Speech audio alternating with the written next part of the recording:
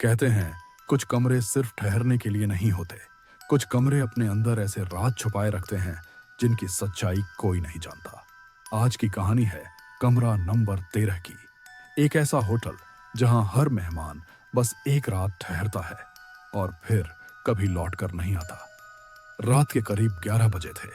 रवि नाम का एक ट्रैवल ब्लॉगर उस छोटे पहाड़ी कस्बे में पहुंचा। बारिश लगातार हो रही थी, सड़क सुनसान थी, हवा में ठंडक थी। रवि थक चुका था, उसे बस कहीं रुकने की जगह चाहिए थी। तभी उसे एक पुराना बोर्ड दिखा जिस पर लिखा था होटल शांतिवन। वो झिझकते हुए अंदर चला गया। लॉबी में पीली रोशनी टिमटिमा रही थी। काउंटर के पीछे एक बूढ़ा आदमी बैठा था। नाम था मिश्रा जी। मिश्रा जी ने पूछा, रूम चाहिए बेटा? रवि ने कहा, हाँ अंकल, बस एक रात के लिए। मिश्रा जी मुस्कुराए और बोले, ठीक है, पर बेटा 13 नंबर कमरा मत लेना। रवि हंसा और बोला, क्यों अंकल, वहां भूत रहता है क्या? मिश्रा जी चुप रहे, बस एक हल्की मुस्कान दी और रजिस्टर्स में नाम लिखने लगे। कुछ पल बाद उन्होंने रवि के हाथ में चाबी दी। कमरा नंबर 13 की।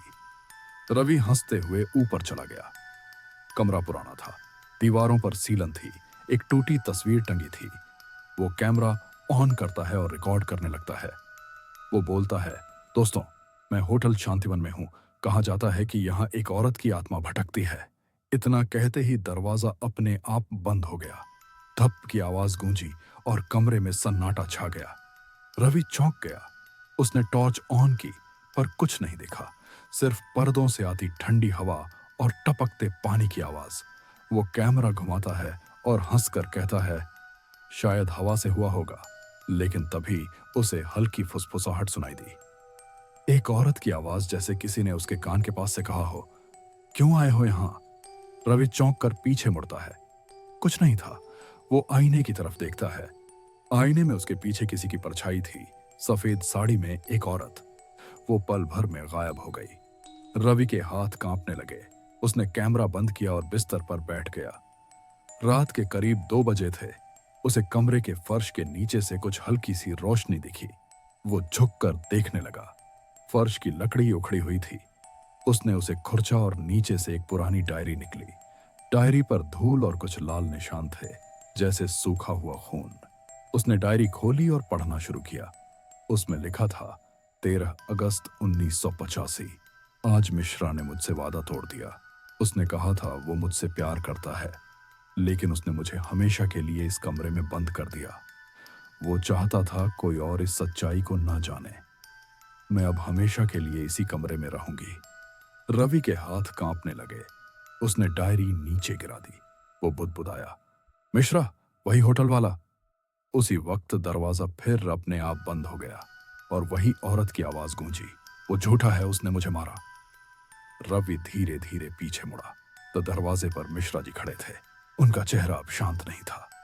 उनकी आंखें लाल हो चुकी थीं, होंठों पर अजीब सी मुस्कान थी। रवि चिल्लाया, ये सब क्या है मिश्रा जी? मिश्रा बोले, वो औरत धोखेबाज थी। मैंने उसे इसी कमरे में दफना दिया। वो यहीं की थी, होटल की नौकरानी। वो मुझसे पैसे लेकर भागने वाली थी। मैंने उसे रोक लिया, हमेशा के लिए। इतना कहते ही पीछे से वही औरत प्रकट हुई। सफेद साड़ी में खुले बाल, चेहरा बिना भाव के। उसकी आंखें बिल्कुल खाली थीं। वो धीरे से बोली, अब तेरी बारी है। रवि ने चीख मारी। कमरा अंधेरे में डूब गया। अगली सुबह होटल के बाहर पुलिस खड़ी थी। कमरा नंबर 13 का दरवाजा टूटा हुआ था।